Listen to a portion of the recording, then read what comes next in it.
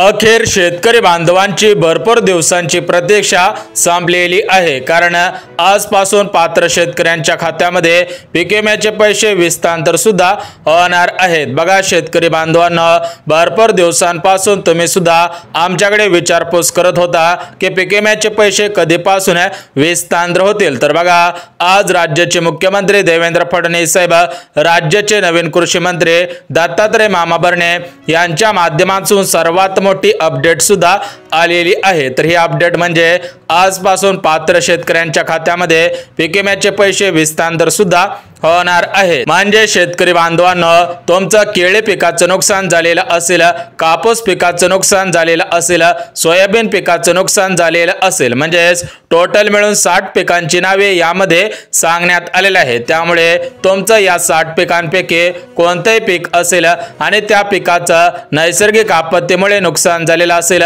पावसामुळे नुकसान झालेलं असेल, तर तुम्हाला पीक विम्याचे पैसे 100% मिळणार आहेत। बघा केंद्राचे कृषी मंत्री शिवराज सिंग चौहान यांच्या माध्यमातून डीबीटीचं बटन दाबण्यात आलेलं आहे। पात्र शेतकऱ्यांच्या खात्यामध्ये 2022 सालचा पीक विमा, 2023 सालचा पीक विमा, 2024 सालचा पीक विमा, शेतकरी बांधवांनो तुमच्या खात्यामध्ये मागील सर्व पीक विम्याचे पैसे हस्तांतर सुद्धा होणार आहेत। त्यासोबत ज्या शेतकरी बांधवांचं 2025 मध्ये अवकाळी पावसामुळे नुकसान झालेलं असेल किंवा नैसर्गिक आपत्तीमुळे नुकसान झालेलं असेल, तर तुम्हाला सुद्धा या पीक विम्याचे पैसे हस्तांतर होणार आहेत। बघा आज राज्याचे मुख्यमंत्री देवेंद्र फडणवीस साहेब आणि राज्याचे कृषी मंत्री दत्तात्रय मामा भरणे यांच्या माध्यमातून पहिली यादी सुद्धा जाहीर करण्यात आलेली आहे। तर या पहिल्या यादीमध्ये सर्वात प्रथम 20 जिल्ह्यांचा समावेश करण्यात आलेला आहे। 20 जिल्ह्यामधील पात्र शेतकऱ्यांच्या खात्यामध्ये आजपासून पीक विम्याचे पैसे हस्तांतर होणार आहेत। परंतु शेतकरी बांधवांना सरसकट सर्व शेतकरी बांधवांना समान पीक विमा हस्तांतर सुद्धा होणार नाही। म्हणजे पिकांनुसार पीक विमा वाटप होईल अशा पद्धतीचे आदेश सुद्धा काढण्यात आलेले आहेत। म्हणजे ज्या शेतकरी बांधवांचं कापूस पिकाचं नुकसान झालेलं असेल, सोयाबीन पिकाचं नुकसान झालेलं असेल, त्या शेतकरी बांधवांना जास्त पीक विमा मिळणार आहे। ज्या शेतकरी बांधवांचं सोडपार नुकसान झालेलं असेल, म्हणजेच कमी नुकसान झालेलं असेल, त्या शेतकरी बांधवांना कमी पीक विमा सुद्धा हस्तांतर होणार आहे। त्यामुळे तुम्हाला व्हिडिओच्या पहिल्यांदा सांगत आहे की सरसकट सर्व शेतकरी बांधवांना समान पीक विमा हस्तांतर सुद्धा होणार नाही। बघा आज महाराष्ट्र राज्यातील 36 जिल्ह्यांपैकी प्रमुख 20 जिल्ह्यांची निवड करण्यात आलेली आहे। बघा या 20 जिल्ह्यामध्ये जास्त प्रमाणामध्ये सोयाबीन आणि कापूस या पिकांचं नुकसान झालेलं होतं। त्यामुळे सर्वात अगोदर या 20 जिल्ह्याला सुद्धा प्राधान्य देण्यात आलेलं आहे। या 20 जिल्ह्यामध्ये हेक्टरी 25,000 रुपयाप्रमाणे पीक विमा सुद्धा हस्तांतर होणार आहे। त्यामुळे शेतकरी बांधवांनो, तुमचा जिल्हा या 20 जिल्ह्यांपैकी आहे का हे पाहणं सुद्धा गरजेचं आहे। ज्यांचा जिल्हा या 20 जिल्ह्यांपैकी असेल त्यांच्या खात्यामध्ये पैसे येण्यास सुरुवात सुद्धा होणार आहे। परंतु शेतकरी बांधवांना यासाठी राज्य सरकारकडून सर्व शेतकरी बांधवांना अर्जंट सूचना देण्यात आलेल्या आहे। तर ती सूचना म्हणजे तुमचं आधार कार्ड तुमच्या बँक खात्याशी लिंक असावं, कारण हे पैसे डीबीटीच्या माध्यमातून तुमच्या बँक खात्यामध्ये हस्तांतर सुद्धा होणार आहे। त्यामुळे सरसकट सर्व शेतकरी बांधवांनी आपलं आधार कार्ड अपडेट करायचं आहे आणि तेच आधार कार्ड आपल्या बँक खात्याशी लिंक सुद्धा करायचं आहे। म्हणजे आपली डीबीटी ऍक्टिव्ह आहे का हे पाहणं सुद्धा गरजेचं आहे। बघा शेतकरी बांधवांनो, तुम्हाला अजून काही महत्त्वाची कामे करायची आहेत, ती कामे सुद्धा सांगणार आहे। त्यासोबत आज ज्या 20 जिल्ह्यांमध्ये पैसे येतील, ज्या प्रमुख 12 बँकांमध्ये हे पैसे जमा होणार आहेत, त्या 12 बँकांची यादी, 20 जिल्ह्यांची यादी आणि महत्त्वाची कोणकोणती कामे करायची आहेत याची संपूर्ण माहिती या व्हिडिओच्या माध्यमातून सांगणार आहे, पाहणार आहोत। त्यामुळे व्हिडिओला सुरुवात करण्यापूर्वी व्हिडिओला लाईक करायचा आहे आणि चॅनलवरती नवीन आला असेल लगेच चॅनलला सुद्धा सबस्क्राइब करायचं आहे। त्यासोबत शेतकरी बांधवांनो, तुम्ही सुद्धा नमो शेतकरी योजनेचा 7वा हप्ता कधी येईल याची भरपूर दिवसांपासून वाट सुद्धा पाहत होतात। तर तुमची लवकरच भरपूर दिवसांची प्रतीक्षा संपणार आहे, कारण राज्य सरकारकडून नमो शेतकरी योजनेच्या 7व्या हप्त्याची तारीख सुद्धा जाहीर झालेली आहे। या तारखेपासून पात्र शेतकऱ्यांच्या खात्यामध्ये नमोचा 7वा हप्ता सुद्धा हस्तांतर होणार आहे। ती तारीख सुद्धा बघणार आहोत। त्यासोबत ज्या शेतकरी बांधवांना पीएम किसान योजनेचा 20वा हप्ता 2 ऑगस्ट रोजी मिळालेला नसेल त्या शेतकरी बांधवांना परत एकदा पीएम किसान योजनेचा हप्ता विस्तार होणार आहे ते सुद्धा आपण बघणार आहोत। म्हणजे शेतकरी बांधवांना महत्त्वाच्या अजून 2 अपडेट आलेले आहेत त्या अपडेट सुद्धा बघणार आहोत। त्यासोबत कर्जमाफीविषयी सुद्धा सर्वात मोठी अपडेट आलेली आहे। ज्या शेतकरी बांधवांनी 2 लाखांचं कर्ज घेतलेलं असेल त्या शेतकरी बांधवांना दिलासा सुद्धा मिळालेला आहे। बघा एकंदरीत शेतकरी बांधवांसाठी काही आनंदाचे अपडेट आलेले आहेत त्या अपडेट सुद्धा बघणार आहोत। परंतु सर्वात अगोदर बघून घेऊयात की या पीक विम्याचे पैसे कोणत्या शेतकऱ्यांच्या खात्यामध्ये विस्तार होतील, शेतकरी बांधवांनी कोणकोणती कामे केलेली असावीत आणि सर्वात महत्त्वाचं म्हणजे तुमचं बँक खातं तुमचा जिल्हा यामध्ये आहे का हे पाहणं सुद्धा गरजेचं आहे। बघा शेतकरी बांधवांना केंद्र सरकारने निर्णय सुद्धा घेतलेला आहे की शेतकरी बांधवांकडे 7/12 उतारा नसेल तरी पण चालणार आहे, 8 उतारा नसेल तरी पण चालणार आहे, परंतु शेतकरी बांधवांकडे फार्मर आयडी कार्ड असणं बंधनकारक सुद्धा असणार आहे। बघा जर तुम्ही अजून फार्मर आयडी कार्ड काढलेलं नसेल तर लवकरात लवकर फार्मर आयडी कार्ड काढायचं आहे, कारण पुढील हप्त्यांचे पैसे या फार्मर आयडी कार्डच्या आधारावरती तुमच्या बँकेमध्ये विस्तार सुद्धा होणार आहे। परंतु शेतकरी बांधवांना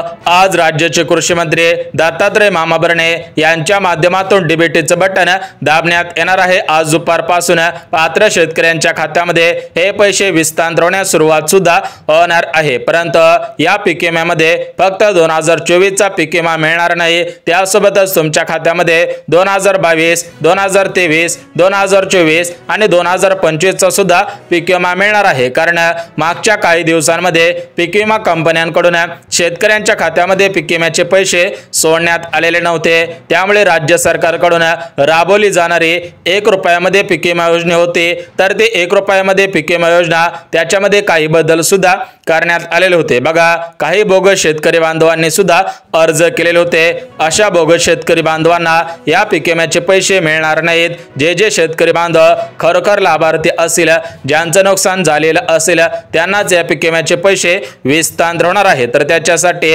राज्य सरकारकडून 4 नियम सुद्धा लावण्यात आलेले आहेत। या 4 नियमांच्या आधारावरती पात्र शेतकऱ्यांच्या खात्यामध्ये पीक विम्याचे पैसे विस्तार होणार आहेत। ते 4 नियम सुद्धा बघून घेऊया। तर बघा शेतकरी बांधवांना सर्वात अगोदर तुम्हाला सुद्धा सांगत आहे की तुम्ही कोणकोणती कामे केलेली असावीत की हे काम केल्यानंतर तुमच्या खात्यामध्ये पीक विम्याचे पैसे विस्तार होतील। कारण शेतकरी बांधवांना मागच्या वेळेस तुमच्या खात्यामध्ये पीक विम्याचे पैसे सोडण्यात आलेले होते, परंतु त्यावेळेस भरपूर शेतकरी बांधवांनी महत्त्वाची कामे केलेली नव्हती, त्यामुळे त्यांच्या खात्यामध्ये पीक विम्याचे पैसे आलेले नव्हते। त्यामुळे जर तुम्हाला सध्याच्या स्थितीला पीक विम्याचे पैसे मिळवायचे असतील तर तुम्ही महत्त्वाची कामे केलेली असावीत, ती कामे सुद्धा लगेच सांगतो। बघा शेतकरी बांधवांना भरपूर शेतकरी बांधवांचं अतिवृष्टीमुळे, जास्त पावसामुळे, अवकाळी पावसामुळे, नैसर्गिक आपत्तीमुळे मोठ्या प्रमाणामध्ये नुकसान सुद्धा झालेलं होतं। भरपूर शेतकरी बांधवांच्या कापूस पिकामध्ये भरपूर मोठ्या प्रमाणामध्ये पाणी सुद्धा साचलेलं होतं, त्यावेळेस भरपूर शेतकरी बांधवांनी कापूस पीक असेल, सोयाबीन पीक असेल, वेगवेगळे पिकं आहेत तर त्या पिकांचा पंचनामा सुद्धा केलेला होता। बघा शेतकरी बांधवांनो सर्वात महत्त्वाची गोष्ट म्हणजे तुम्ही ई पीक पाणीवरती म्हणजेच ई पीक पाणीचं जे पोर्टल आहे तर त्या पोर्टलवरती पीक विम्यासाठी नोंदणी सुद्धा केलेली असावी। बघा ज्या शेतकरी बांधवांनी ज्या सालामध्ये नुकसान झालेलं असेल त्या सालामध्ये पीक विम्यासाठी नोंदणी केलेली असेल अशा नोंदणीकृत शेतकऱ्यांच्याच खात्यामध्ये या पीक विम्याचे पैसे विस्तार सुद्धा होणार आहे। त्यासोबतच शेतकरी बांधवांनो अजून काही महत्त्वाची कामे करायची आहेत, ती कामे सांगतो। जर तुम्ही काळजीपूर्वक ही कामे केली तरच तुमच्या खात्यामध्ये पैसे येतील, अन्यथा पैसे सुद्धा विस्तार होणार नाहीत। बघा शेतकरी बांधवांनो याच्यामध्ये पहिलं काम तुमचं आधार कार्ड बँकेशी लिंक करायचं। त्यासोबतच शेतकरी बांधवांनो दुसरं जे काम करायचं आहे तर ते दुसरं काम म्हणजे ज्या तुमच्या बँक खात्यामध्ये पीक विम्याचे पैसे विस्तार होतील, म्हणजेच ज्या बँकेला आधार कार्ड लिंक आहे ती ती बँक कोणतीही बँक असू द्या। बघा शेतकरी बांधवांनो 12 बँकांची यादी आलेली आहे, परंतु या 12 बँकांच्या व्यतिरिक्त दुसरी बँक असेल तर त्या बँकेमध्ये पैसे येणार आहेत, हे सुद्धा तुम्हाला लगेच सांगतो। बघा या 12 राष्ट्रीयकृत असणाऱ्या बँका आहेत, त्यामुळे सरकारने सर्वात अगोदर या 12 बँकांना प्राधान्य दिलेलं आहे। उर्वरित बँकेमध्ये सुद्धा पैसे येणार आहेत, परंतु शेतकरी बांधवांनो ज्या बँकेला तुमचं आधार कार्ड लिंक असेल तर ते बँक खातं सध्याच्या स्थितीला चालू असावं, त्या बँकेमध्ये तुमचा व्यवहार सुद्धा होतच असावा आणि सर्वात महत्त्वाचं म्हणजे त्या बँक खात्याची KYC केलेली असावी, त्या बँक खात्याला पॅन कार्ड, आधार कार्ड, आपला 10 अंकी मोबाईल नंबर सुद्धा लिंक केलेला असावा। अशा शेतकऱ्यांच्या खात्यामध्ये पैसे सुद्धा विस्तार होणार आहे। परंतु शेतकरी बांधवांनो पीक विम्याचे पैसे हेक्टरी किती हजार रुपयाप्रमाणे तुमच्या खात्यामध्ये विस्तार होणार आहे त्याची माहिती सुद्धा देऊन टाकतो। त्यासोबत ज्या 20 जिल्ह्यांमध्ये पैसे येणार आहेत, 12 बँकेमध्ये पैसे येणार आहेत, त्या 20 जिल्ह्यांची यादी आणि 12 बँकांची यादी सुद्धा वाचून दाखवत आहे। बघा शेतकरी बांधवांनो सर्वात अगोदर तुम्हाला सांगत आहे, बघा कापूस पिकाचं नुकसान झालेलं असेल, सोयाबीन पिकाचं नुकसान झालेलं असेल तर या 2 ते 3 पिकांसाठी जास्त पीक विमा मिळणार आहे, कारण या पिकांचे भाव जास्त प्रमाणामध्ये असतात, या पिकांसाठी जास्त प्रमाणामध्ये खर्च लागत असतो। त्यामुळे राज्य सरकारने निर्णय घेतलेला आहे ज्या पिकांना जास्त खर्च झालेला असेल तर त्या पिकांसाठी जास्त पीक विमा विस्तार सुद्धा होणार आहे। बघा ज्या शेतकरी बांधवांचं जास्त नुकसान झालेलं असेल त्या शेतकरी बांधवांना हेक्टरी 25,000 रुपयापर्यंत पीक विम्याचे पैसे विस्तार होणार आहेत, परंतु ज्या शेतकरी बांधवांचं कमी नुकसान झालेलं असेल तर त्या शेतकरी बांधवांना 3,000 रुपयापासून पीक विम्याचे पैसे विस्तार सुद्धा होणार आहे। परंतु शेतकरी बांधवांनो आज ज्या 20 जिल्ह्यांमध्ये पीक विम्याचे पैसे विस्तार होणार आहेत त्या 20 जिल्ह्यांची यादी वाचून सुद्धा दाखवत आहे। बघा शेतकरी बांधवांनो सर्वात प्रथम परभणी जिल्हा आहे। बघा या परभणी जिल्ह्यामधील भरपूर शेतकरी बांधवांचं कापूस पीक असेल, सोयाबीन पीक असेल, तूर पीक असेल, मूग असेल, ज्वारी असेल, बाजरी असेल, अशा पिकांचं जास्त प्रमाणामध्ये नुकसान झालेलं होतं। त्या शेतकरी बांधवांनी त्या ठिकाणी पंचनामे केलेले होते। ई पीक पाणी पोर्टलवरती 48 तास ते 72 तासाच्या अगोदर त्या ठिकाणी नोंदणी सुद्धा केलेली होते, त्यामुळे सर्वात अगोदर परभणी जिल्ह्यामध्ये या पीक विम्याचे पैसे विस्तार सुद्धा होणार आहे। यासोबत शेतकरी बांधवांनो दुसरा जिल्हा म्हणजे बीड जिल्हा, तर या बीड जिल्ह्यामधील पात्र शेतकऱ्यांच्या खात्यामध्ये या पीक विम्याचे पैसे विस्तार सुद्धा होणार आहे। उर्वरित 18 जिल्ह्यांची यादी सुद्धा वाचून दाखवणार आहे, परंतु सर्वात अगोदर ज्या बँकेमध्ये पैसे येणार आहेत त्या बँकांची यादी बघून घेऊयात। बघा शेतकरी बांधवांनो सर्वात अगोदर bank of Maharashtra, bank of India असेल, सेंट्रल बँक ऑफ इंडिया असेल, इंडियन पोस्ट पेमेंट बँक असेल, त्यासोबतच ॲक्सिस बँक असेल, SBI बँक असेल। बघा या ठिकाणी सर्व बँकांची नावे दाखवण्यात आलेली आहेत। या बँकांपैकी कोणत्याही बँकेमध्ये तुमचं खातं असू द्या तरी पण तुम्हाला पैसे येणार आहेत। त्यासोबत शेतकरी बांधवांनो 2 जिल्हे बघितलेले होते, आता आपण तिसऱ्या जिल्ह्याची यादी वाचून दाखवत आहे। बघा तिसरा जिल्हा हिंगोली जिल्हा,